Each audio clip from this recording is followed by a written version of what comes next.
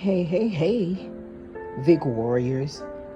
It's Lady Panther here, and on today we will be customizing, modifying, and upgrading, yes, your store-bought center console for Crown Vic. As you can see, I have already taken it apart, and I have spray painted the inner parts of the center console. That is your sliding lock door down there. That is your body and wall. And that's just an old pre-workout container that I have had laying around the house. So I washed it out, sprayed it down, because I'm going to make it a part of the entirety of this unit, and also things you are going to need. Just zoom in right here quick. Just kidding, guys. Just kidding.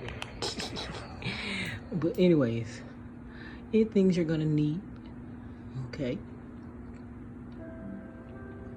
And we're gonna take our time, and we're gonna do some really cool stuff. And we might just put a lighted switch on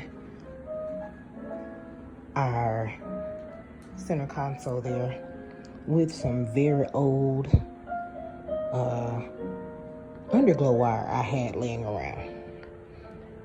Yep, when I put the new underglow on the Vic, I had some old underglow wire from when I had a Honda. And so I'm gonna play around and tinker with it, and I'm gonna see if we can't make a nice little lighted switch either on the outside or inside of it. But like I say, take your time, and we about to get right to it. Okay, and we're back.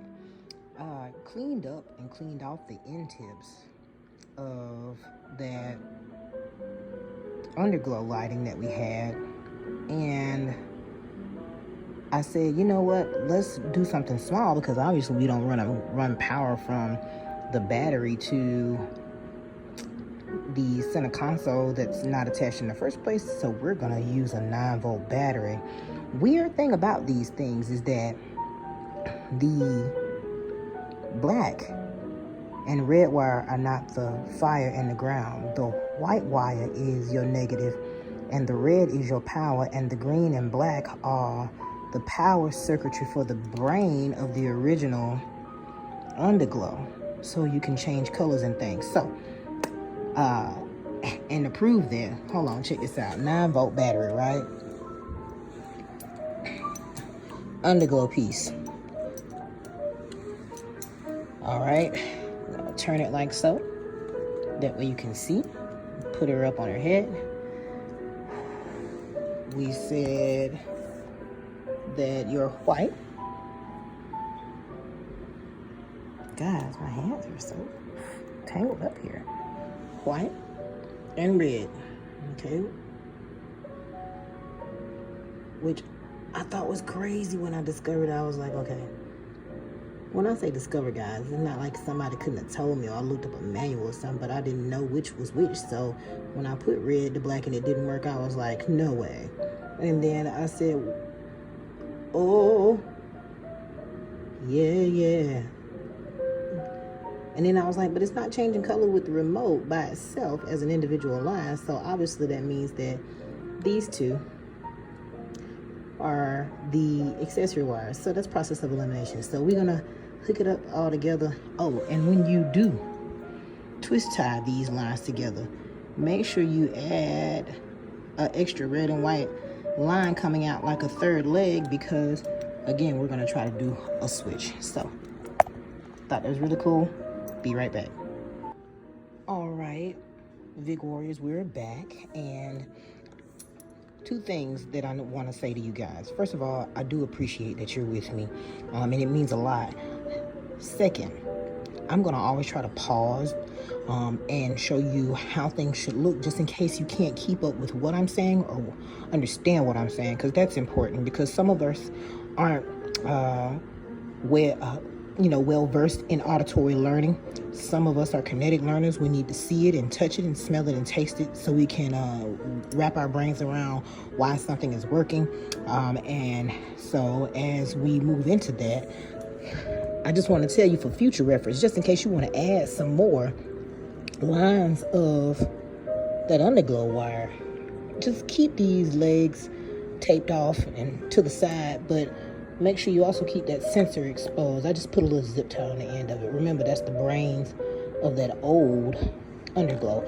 And then, like I told you guys, once you got all the ends tied up, green to green, black to black, white to white, red to red, you need to have a third leg coming out of your red and your white, and make it long. Because first of all, let's talk about electrical components and how we should wire them.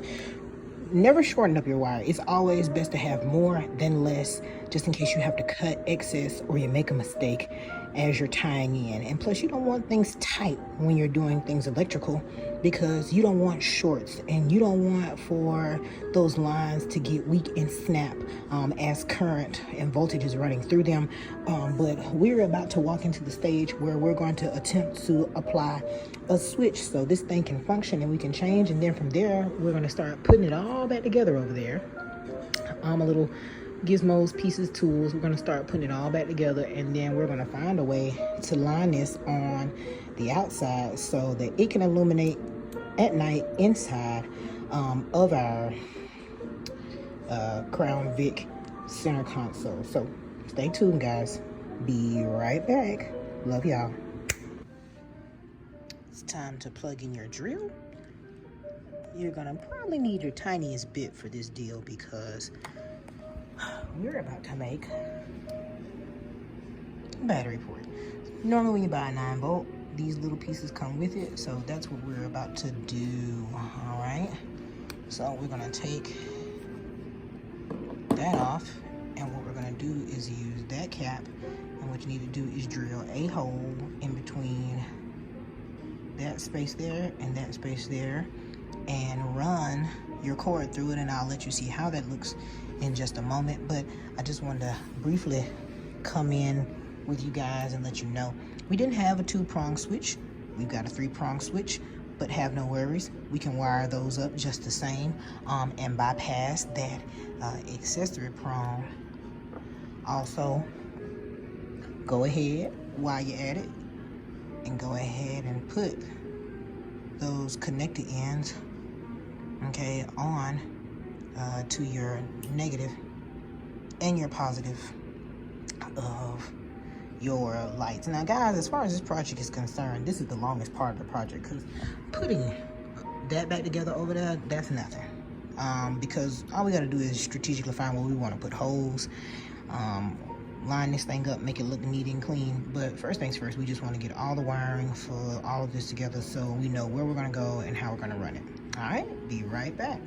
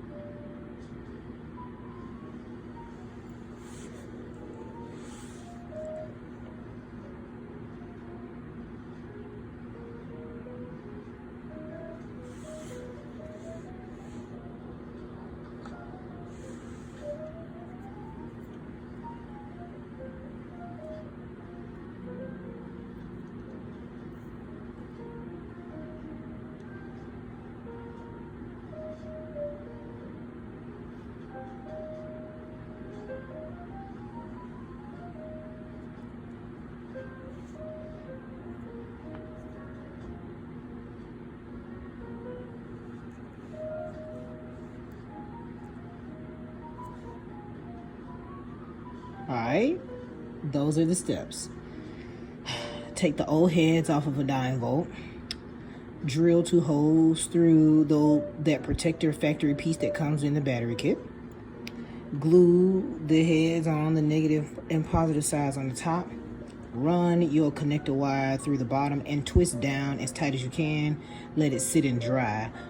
Just want to let you guys see that real quick, just in case you were wondering how to make a 9-volt connector piece. All right, be right back.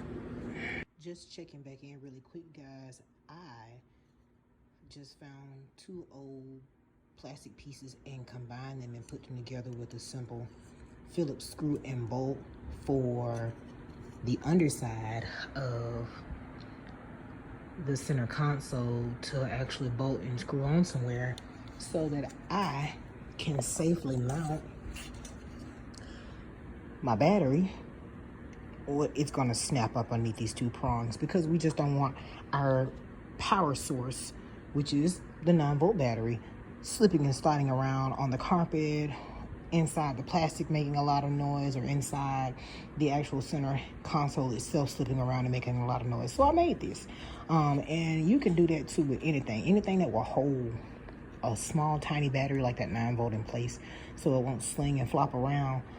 It's easy to do. Like I said, these were old plastic pieces from broken old whatever's electronic remotes and things from around the house, an old beat up TV that I threw away a long time ago. Just took the back cord holding pieces and another plastic piece, drilled a hole, put it together. Now my 9-volt will be sturdy and in place, and when it's time to change out the 9-volt because the battery has died, it will be easier to do. All right, so we will be right back. Tapping in for a visual, just in case anybody wants a good look at how we made that 9-volt. Come on, thing, focus. That 9-volt connector piece. See how that wires twist down in the pieces we took off that 9-volt battery from earlier?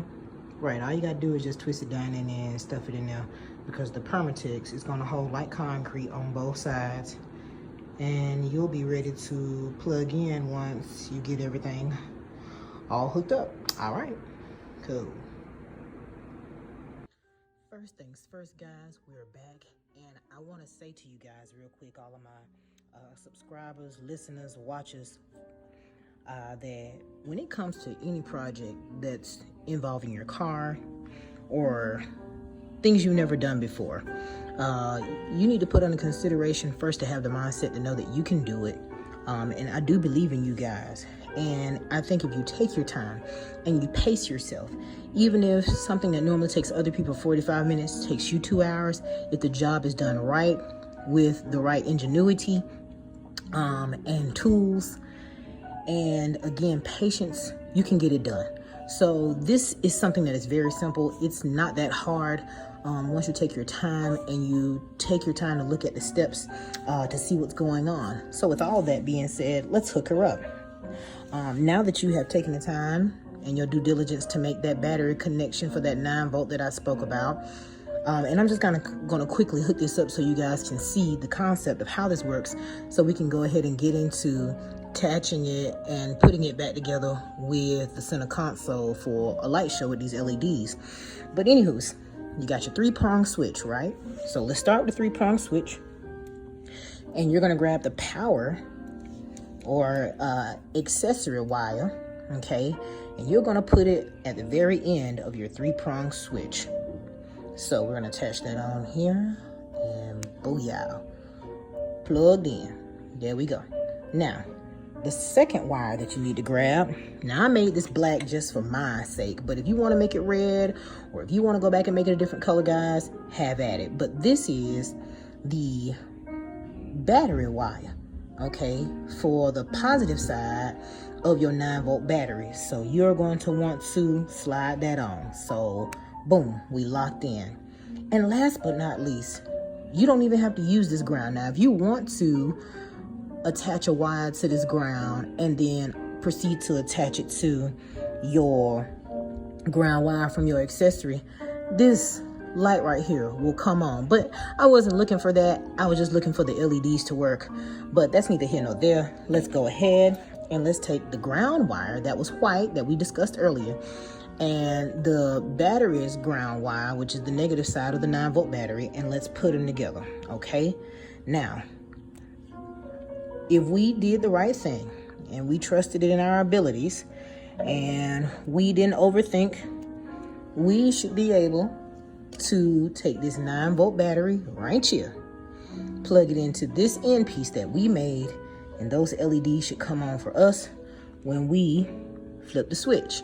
So we're gonna take this 9-volt, we're going to snap it in. I normally like to do the, this side first. Look at that. I didn't even have a chance to put it God. And it was good, and that's on period. But let me put this back. Let me put them together, y'all. And now that your 9-volt battery is connected, you have the privilege to see your lights come on. Now again, this switch down here, see why I didn't want it to work? Because it was unnecessary for me. This was a switch that was used in an older project, and I didn't necessarily need the lights to come on because this meant more to me. Now again, you can take your old light key and press in the colors, and I'm quite sure they will change. Look at that. Isn't God good, y'all? All right, now that we've gotten all this together, we can wire it up to that guy over there, which is my center console. And I will see you guys in just a second.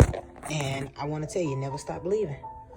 Way ahead of time, I had already pre-drilled some holes in the bottom of that pre-workout container that I spray painted gloss black so I could mount it inside the center console as a safekeeping spot for all things change and miscellaneous. So what's going to happen is I'm going to take some plain old everyday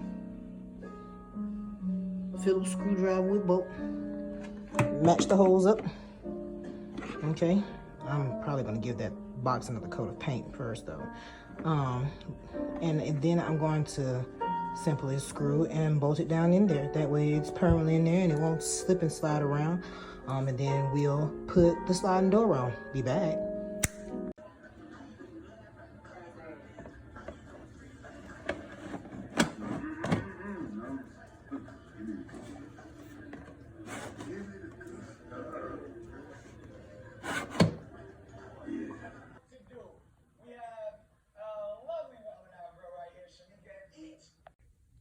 Okay, warriors, as you can see, I have placed the center console back in the car, completely assembled with all the pieces we said we were going to spray paint and put together. So the sides are together.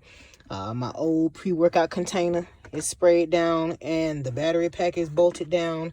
On the inside, I've folded all the wires neatly. They are tucked and zipped. And I decided to put my switch here conveniently with that old remote that I wiped down and kept it clean.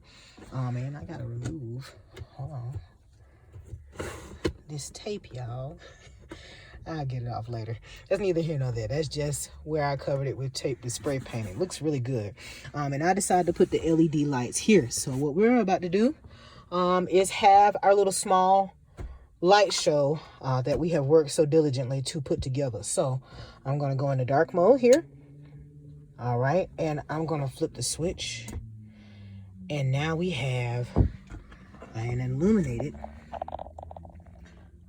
center console, and that is nice and glowing. As you can see, our switch is completely functional, and we can still, because I drilled a hole and put the sensor on this far side here. I don't know if you can see it sticking out, but I drilled a hole right here and put the sensor right here on this side, so you can continue to use, like I said, that lights changing feature that comes with most of your LED strip pads. So inside the car, you can definitely get you a decent light show.